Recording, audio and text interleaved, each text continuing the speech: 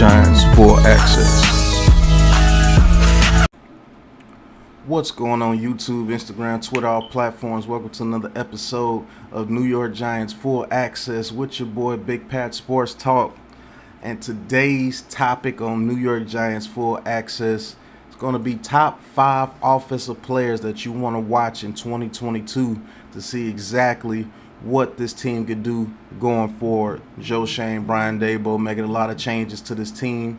And I'm going to tell you the top 5 players that you're going to want to watch to see what the Giants do this upcoming season. And first off, we're going to start with Mr. Kenny Galloday, aka Can't Get Right.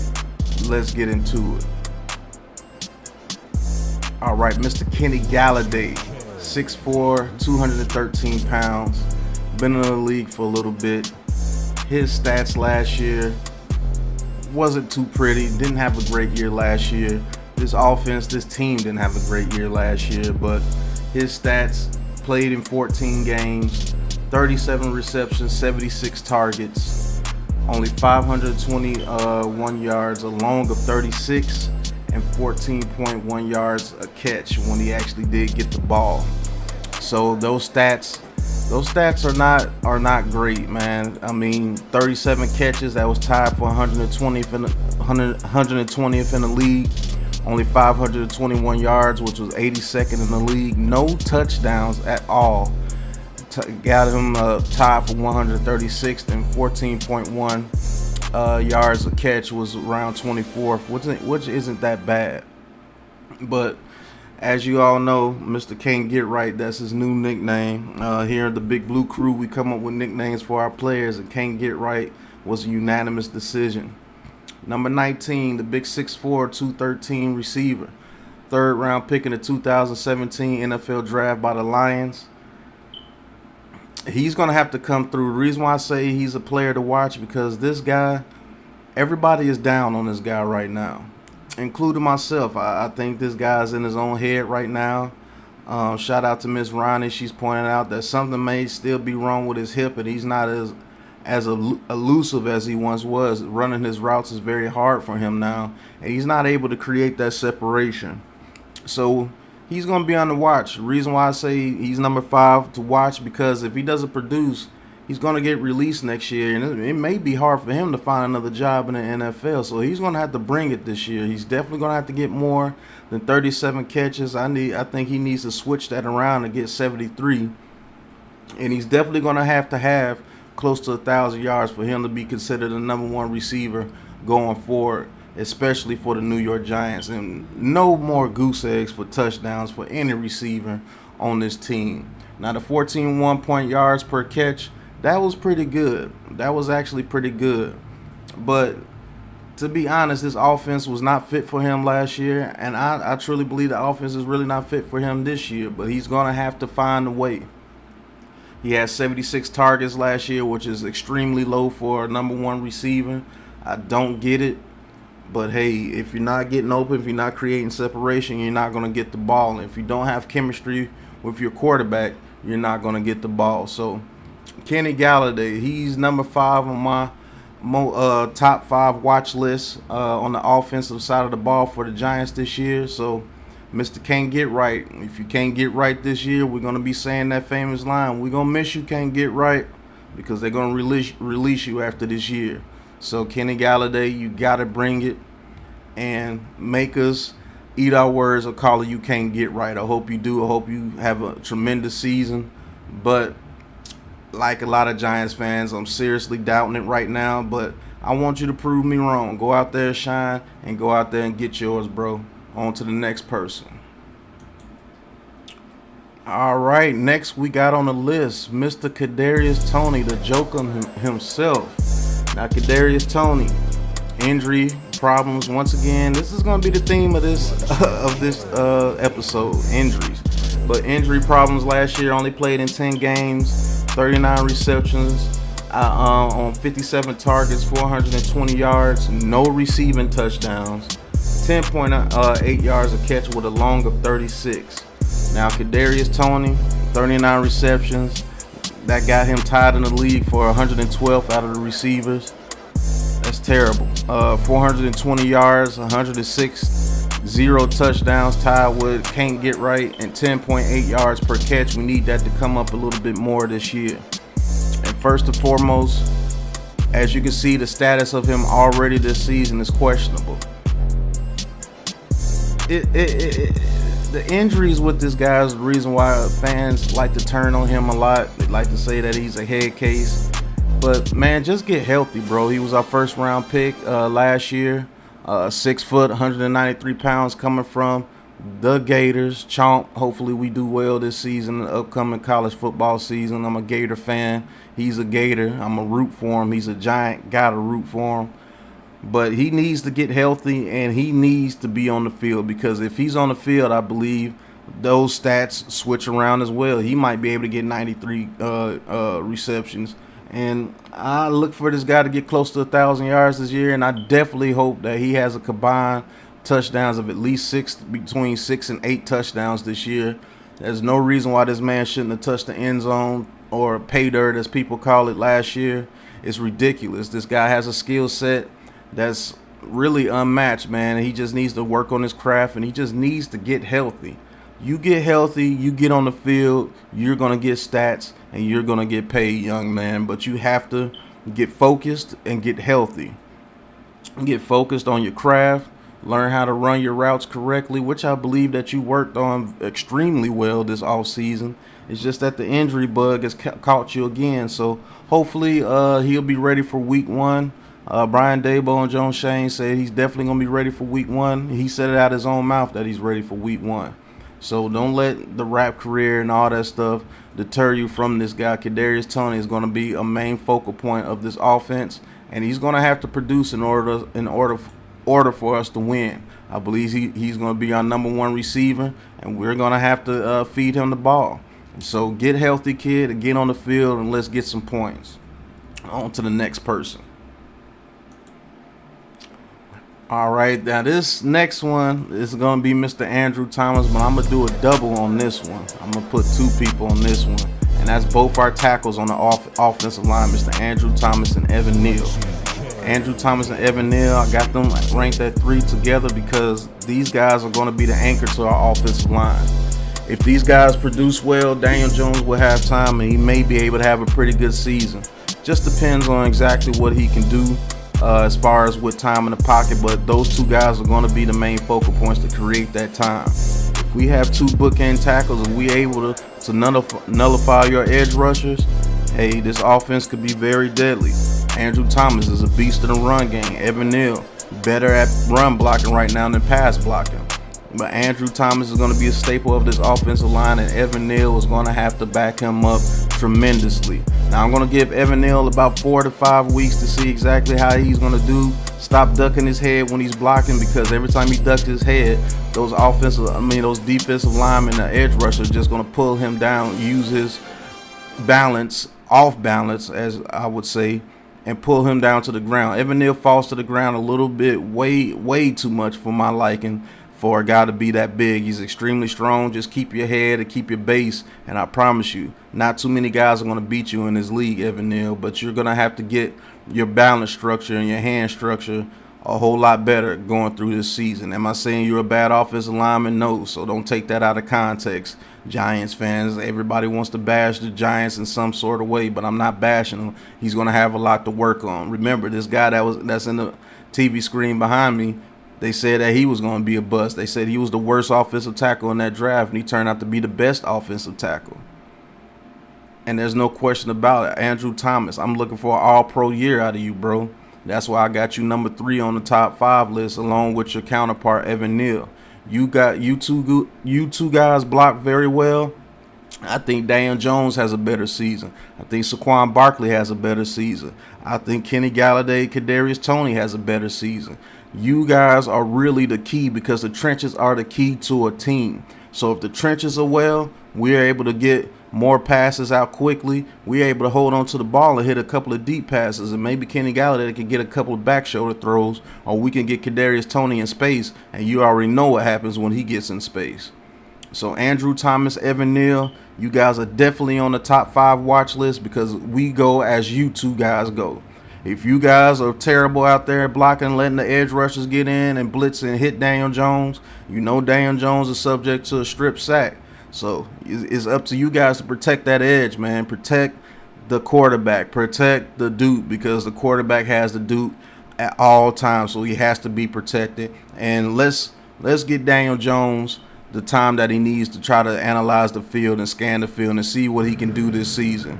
If he's not doing well this season, you know that he will be gone. So on to the next person. All right, next person here, Mr. Saquon Barkley. Mr. Saquon himself, running back for the New York Giants, drafted in the first round, 2018, 6 foot, a stunning 232. He might be a little bit less than that. I thought he lost a little weight this year, but as it goes for Saquon Barkley last year, hey, look, only played in 13 games, 162 attempts for 593 yards, a long of 41, 3.7 average, 2 touchdowns, 2 fumbles, 1 loss. Receiving 41 catches, 263 yards, 2 touchdowns with a long of 54 with a 6.4 average yards per catch. Now 162 attempts, that was 26th in the league. That's kind of low. You would want Saquon Barkley to get more, but he has to play more to get more carries. 593 yards under 600 yards again for the second consecutive season. Tied for 38th in the league. That's nowhere near his caliber.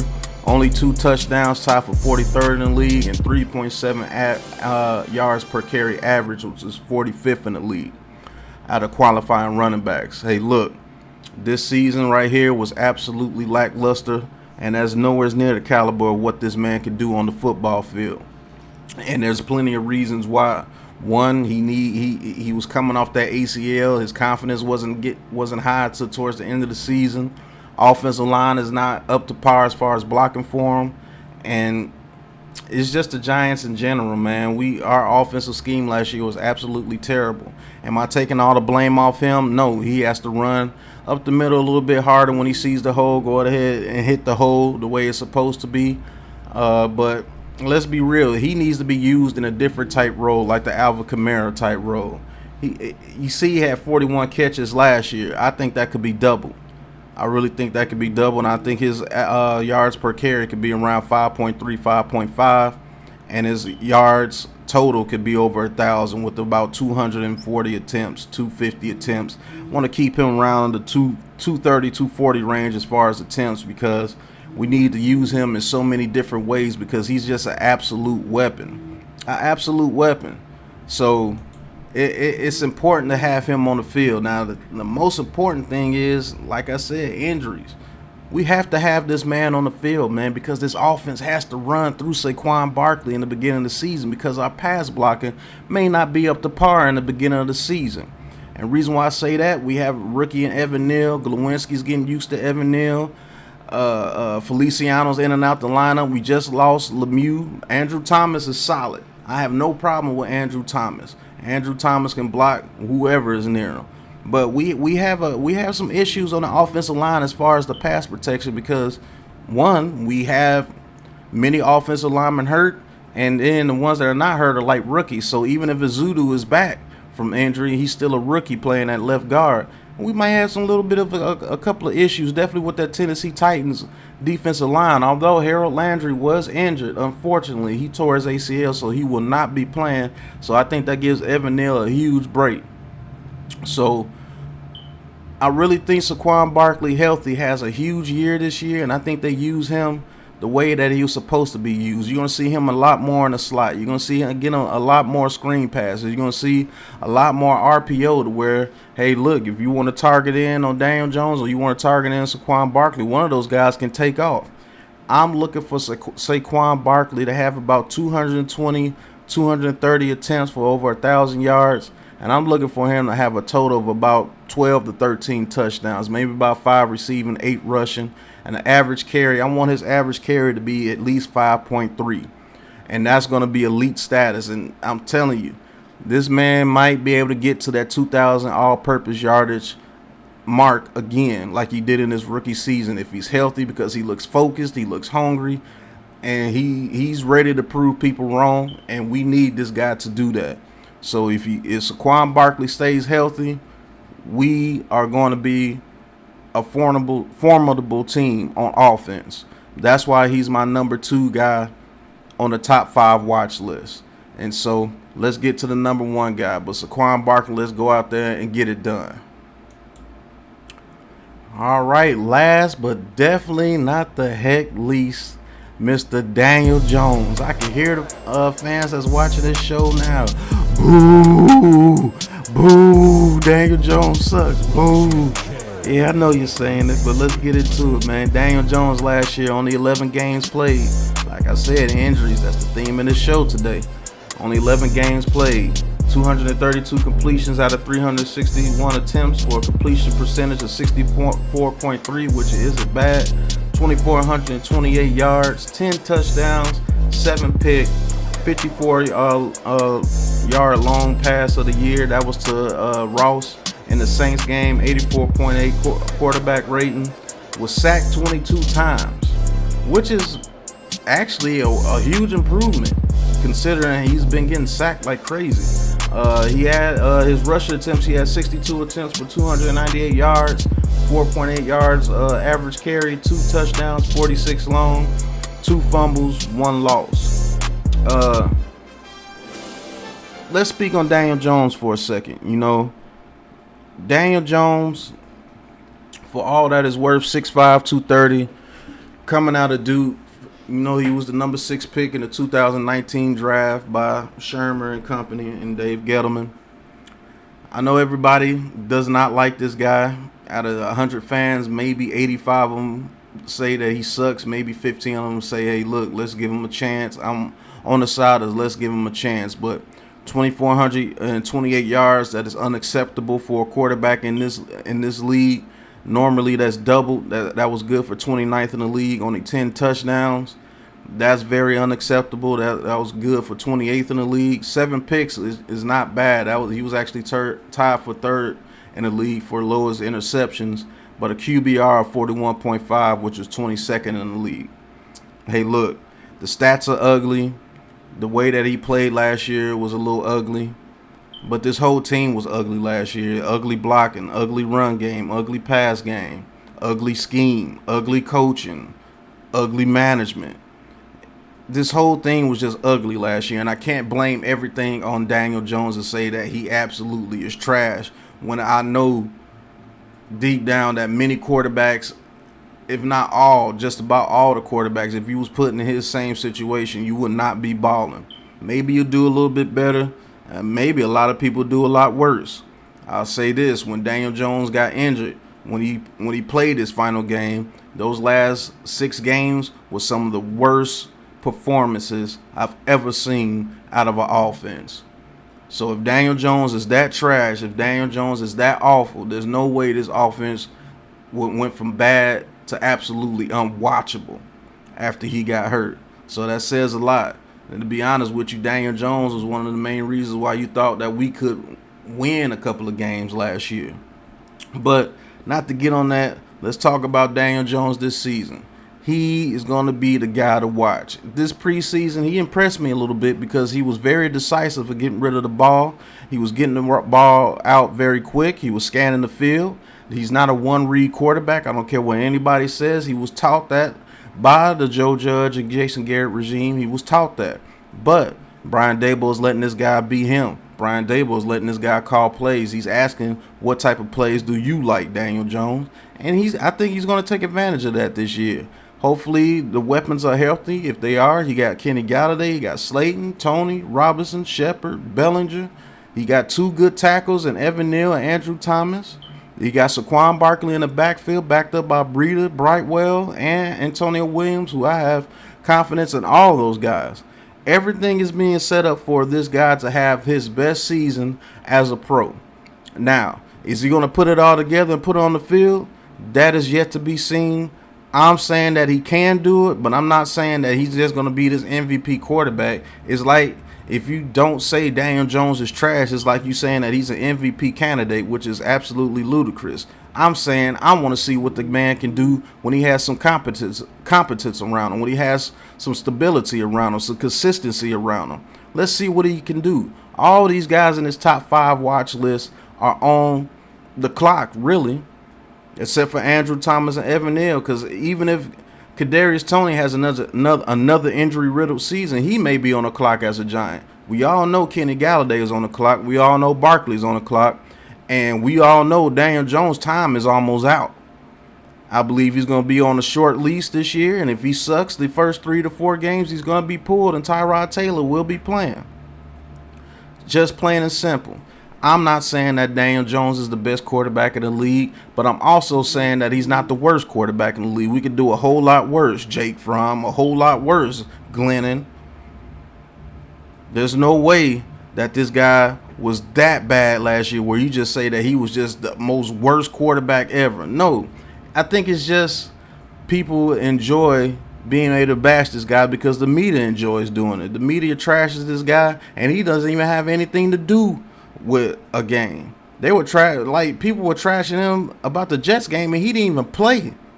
That's how bad the media is on this guy, but he has to change that. He has to go out there and put up the stats. He has to go out there and throw more than 2,400 yards, throw more than 10 touchdowns, have a QBR way better than 41.5. He has to go out there and do that. He has to go out there and prove that he can stay healthy, that he can read the field, that he can be a leader for his team, and that he can get the New York Giants wins. And if he can't do that, he's gone, plain and simple. But he's number 1 on my top 5 watch list for this Giants upcoming season. So, the top 5, number 5, Can't Get Right, a.k.a. Kenny Galloday, a.k.a. Can't Get Right. Kadarius Toney, number 4. Andrew Thomas and Evan Neal, number 3. Number 2, Saquon Barkley. And number 1, the enigma of Daniel Jones. That's my top 5 watch list for this 2022 season on the offense for the New York Giants. And if those top 5 guys prove that they can be what they're supposed to be, we can have a good season. And maybe our moniker 11-6 is not as far away as you think. But this has been New York Giants Full Access with Big Pat Sports Talk. Hit that like button. Hit that subscribe button. Hey, look, we're only 3 away. We're only 3 away from 2,000 subscribers, people. So go ahead and hit that like and hit that subscribe button. And let's get New York Giants Full Access with me, Big Pat Sports Talk, to 2,000 subscribers before the regular season starts. Shout out to Lou having his first monetized stream last night. Very dope. 2/3 of the Big Blue crew are monetized. Our goal is to have all 3 before the season, and there's still time. Go subscribe to Classified 3F with Joe. Let's get them to 400, then 500, then 600. Then we're going to get them to 1,000, and all the Big Blue crew will be monetized and have 1,000 subscribers, one of our goals. That's just step 1. Also, in the description, get your Big Pat Sports Talk merchandise from the Big Pat Sports Shop. I got all type of merchandise for you. The What Are You Doing collection, the Talk Your Talk collection, my own actual clothing line, Nice Fit, all in the Big Pat Sports Shop. And shout out to all the other Big Blue crew members that's with the Big Blue crew.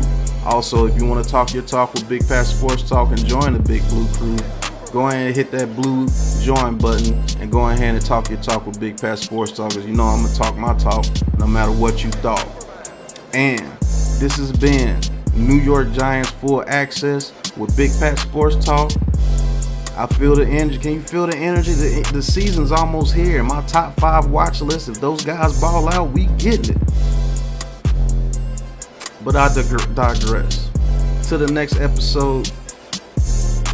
Peace. This has been a Big Blue Crew production.